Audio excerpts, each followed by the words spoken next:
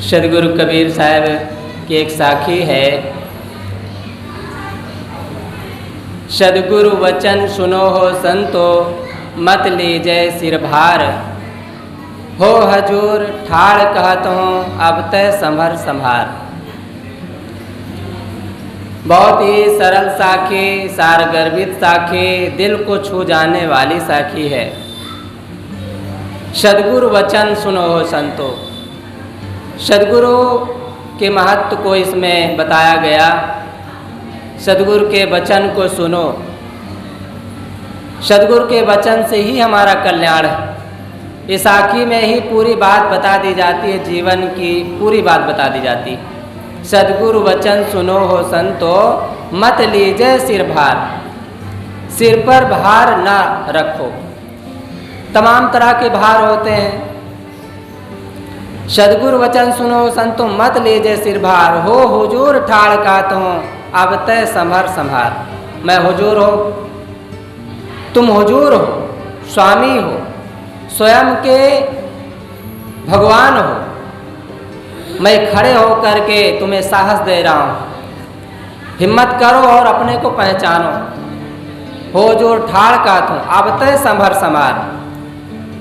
अपने को संभालो और अपने घर परिवार पड़ोसी जहाँ तक आपका आना जाना पहचान है उनको भी संभालो।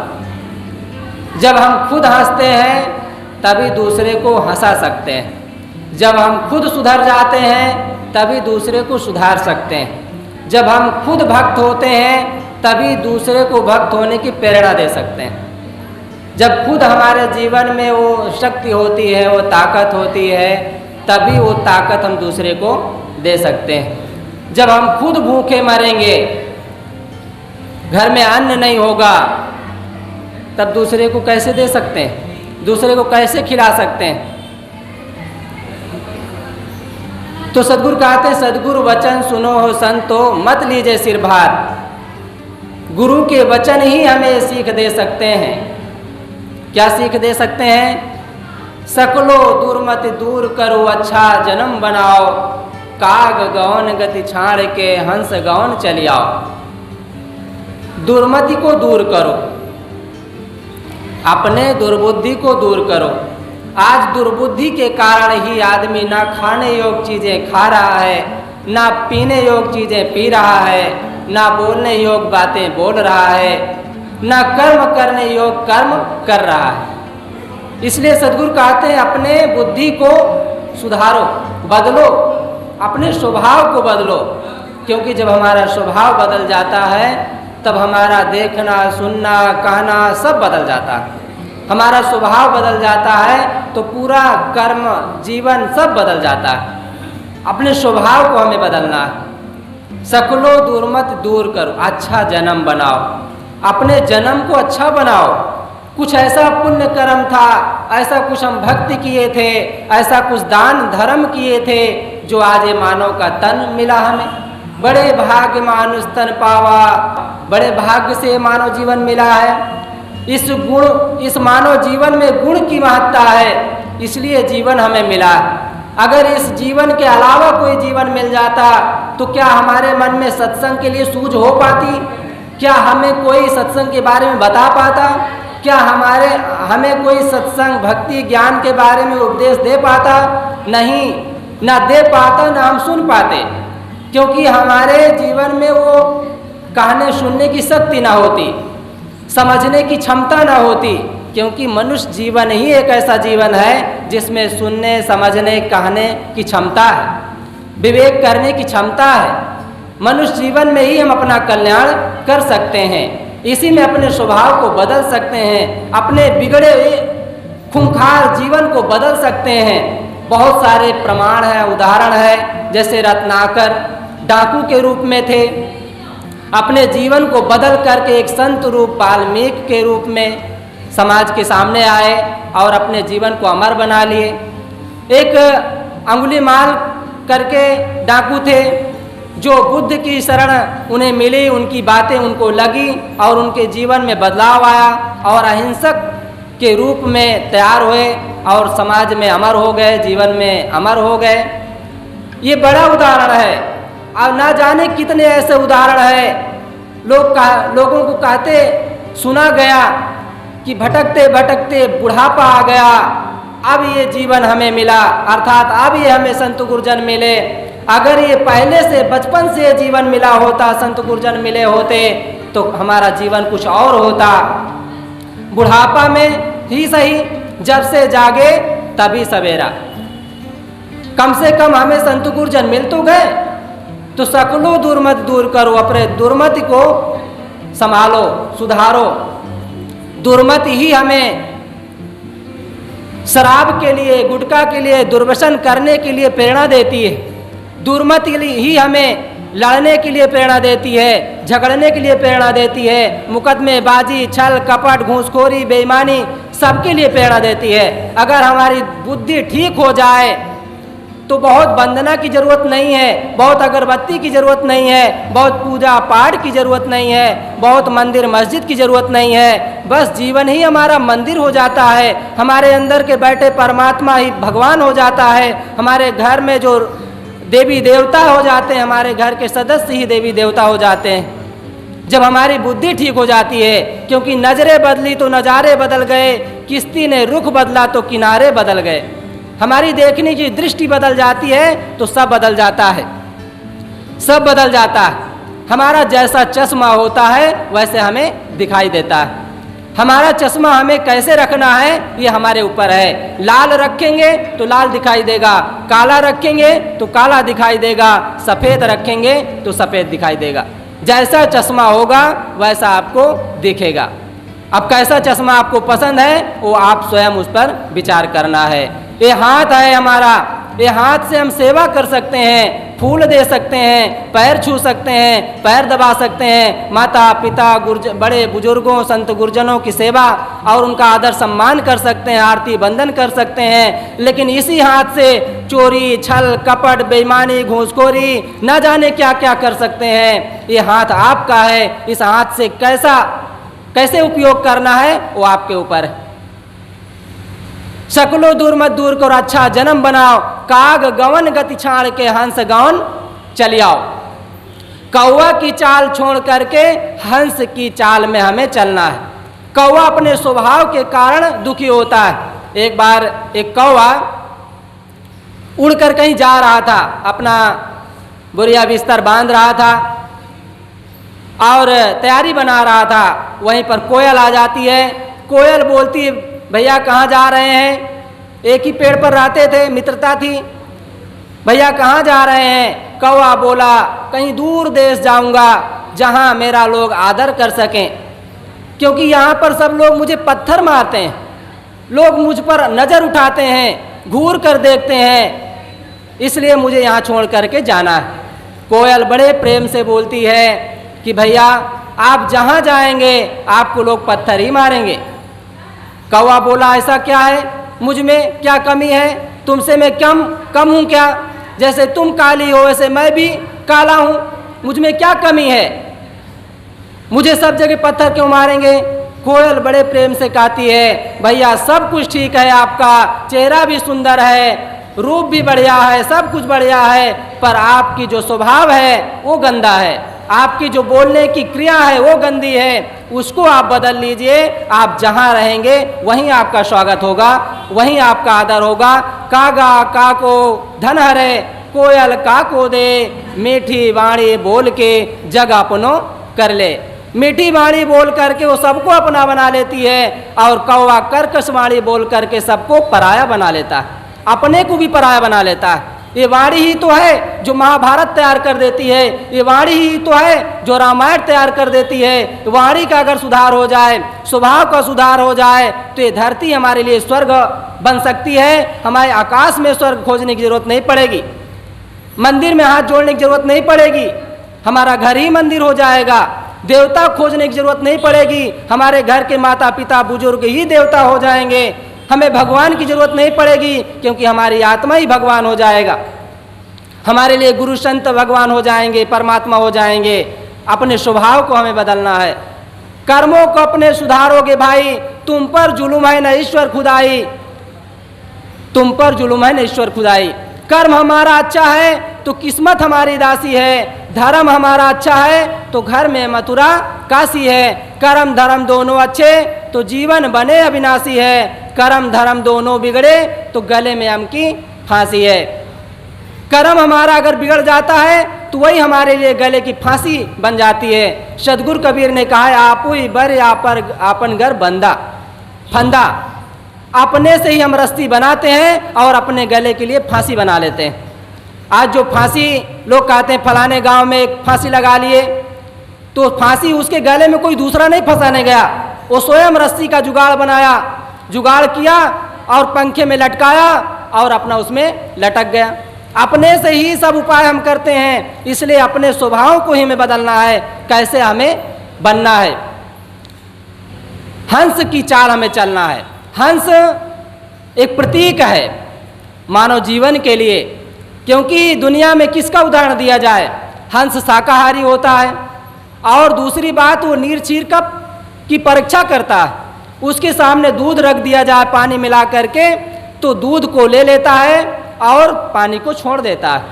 हम भी उसी हंस की तरह सारग्राही बने, जहाँ भी रहें। सदगुरु कबीर ने कहा है, साधु ऐसा चाहिए जैसा सूप सुभाए, सार सार को गही रहे थोथा दे उड़ाए।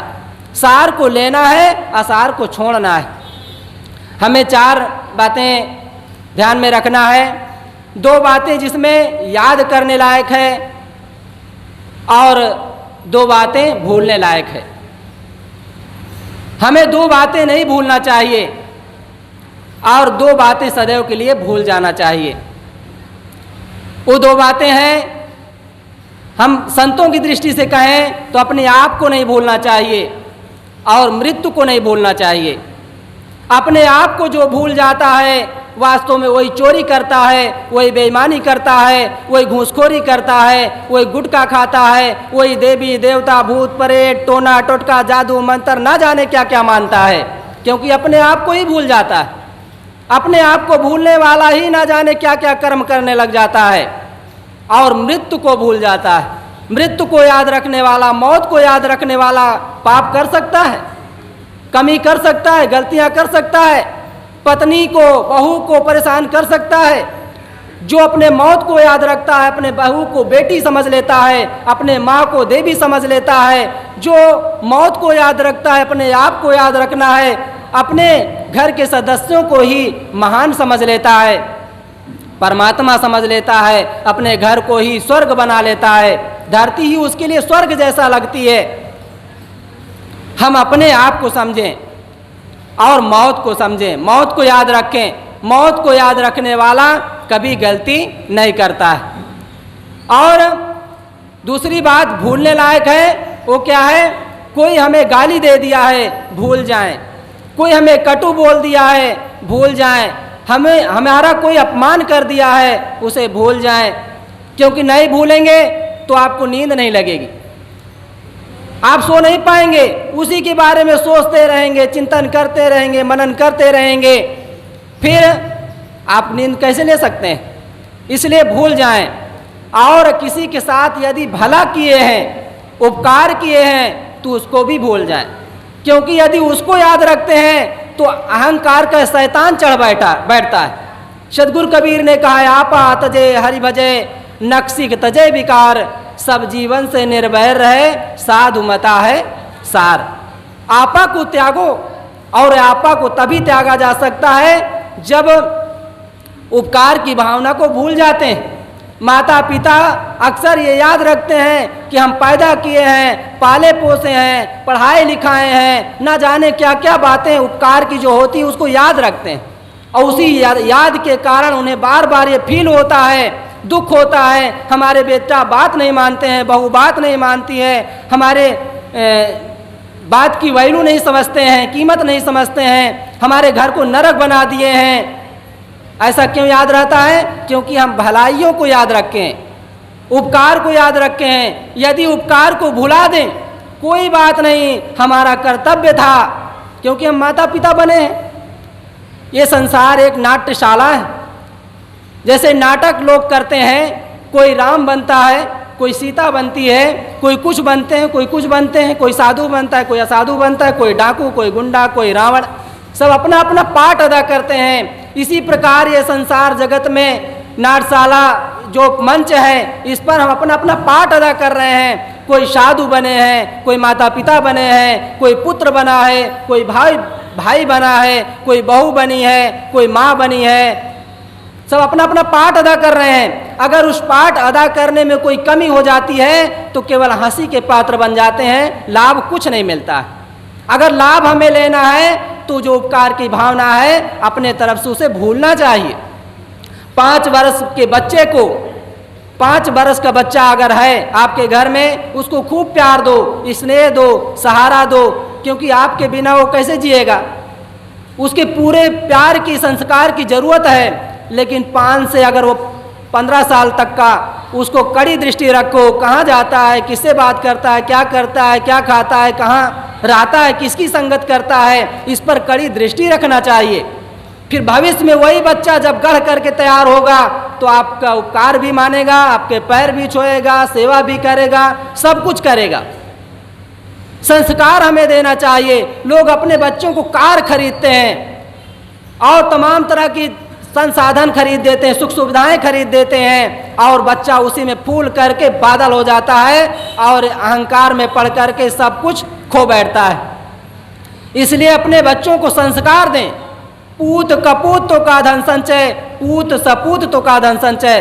पूत यदि कुपुत्र है, उसके लिए धन इकट्ठा करोगे तो जुआ में खेल करके सब खो देगा, नष्ट कर देगा, आपके घर को नरक बना देगा।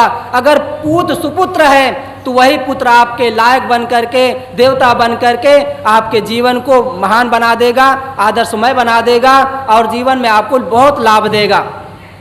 इसलिए हमें अपने जीवन को, अपने स्वभाव को बदलना है। सद्गुरु कहते हैं, सद्गुरु वचन सुनो हो संतो, मत लीजिए सिर भार। सिर में भार न रखो।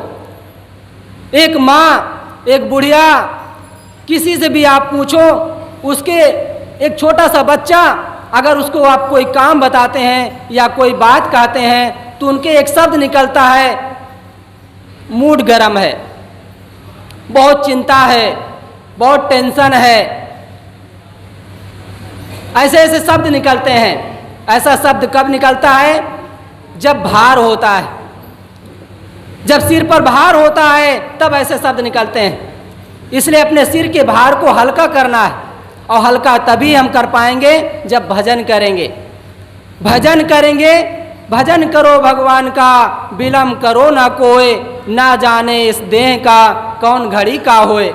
इस देह का, इस जीव का क्या हो, कब क्या हो जाए कोई भरोसा है। आओ गुरु के भजन में हो जाए मगन, जिंदगी ये दोबारा मिले ना मिले, क्या भरोसा है। इसलिए हमें भजन करना चाहिए। सद्गुरु कबीर साहब का भजन बहुत सरल है। कैसा सरल है? दुनिया में और संप्रदाय में आप जाते हैं तो आपको घंटी पकड़ा दिया जाता है, अगरबत्ती पकड़ा दिया जाता है, और पूजा करने की विधि बता दिया जाता है, पाठ करने की विधि बता दी जाती है, लेकिन वास्तविक बात नहीं बताई जाती है।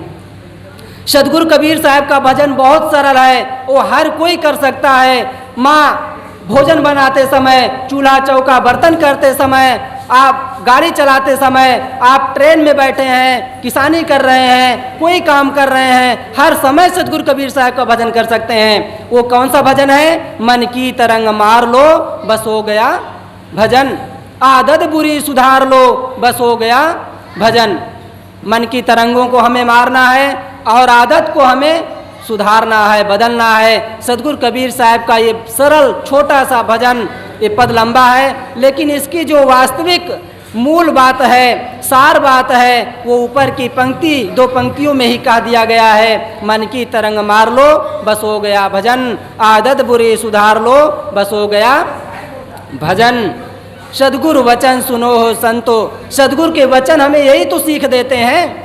आप जुआरी के पास जाएं, शराबी के पास जाएं, आपको तमाम तरह की सीख मिल सकती है, लेकिन जो जीवन सुधार की बात है, स्वभाव सुधार की बात है, संस्कार की बात है, वो संतों के पास मिलती है। यदि वह संत गुरु ना होते तो भारत चला जात पाताल, भारत चला जात पाताल। यदि ये संत गुरुजन ना होते तो ना जाने ये दुनिया कहाँ होती। संत गुरुजनों के होते हुए ये दशा है, और ना होते तो क्या दशा होती। विचार किया जा सकता है, करो विचार जो सब दुख जाई। विचार करोगे तो दुख अपने आप कम हो जाएगा, चिंता अपने आप खत्म हो जाएगी। सदगुरु वचन सुनो हो संतो, मत लीजिए सिर भार। हो हुजूर ठाड़ का तो अब तय संभर संभार। तुम स्वयं हुजूर हो, स्वामी हो, परमात्मा हो। अपने आप को समझो, अपने आप को जानो, और ये अपने आप को तभी जाना जा सकता है जब हम सत्संग करते हैं, क्योंकि सत्संग में ही विवेक जगता है। बिन सत्संग विवेक ना होई। सत्संग में ही विवेक जागृत होता है, और विवेक के माध्यम से हम अपने आप को जान पाते हैं, अपने मनुष्यता को समझ पाते हैं और महान बन पाते हैं। यहीं पर अपनी वाणी को विराम देता हूँ और जोर से एक बार जयकारा सुनना चाहता हूँ। बोलिए सदगुरु कबीर साहेब की, संत समाज की, भक्त समाज की। साहेब बंदगी।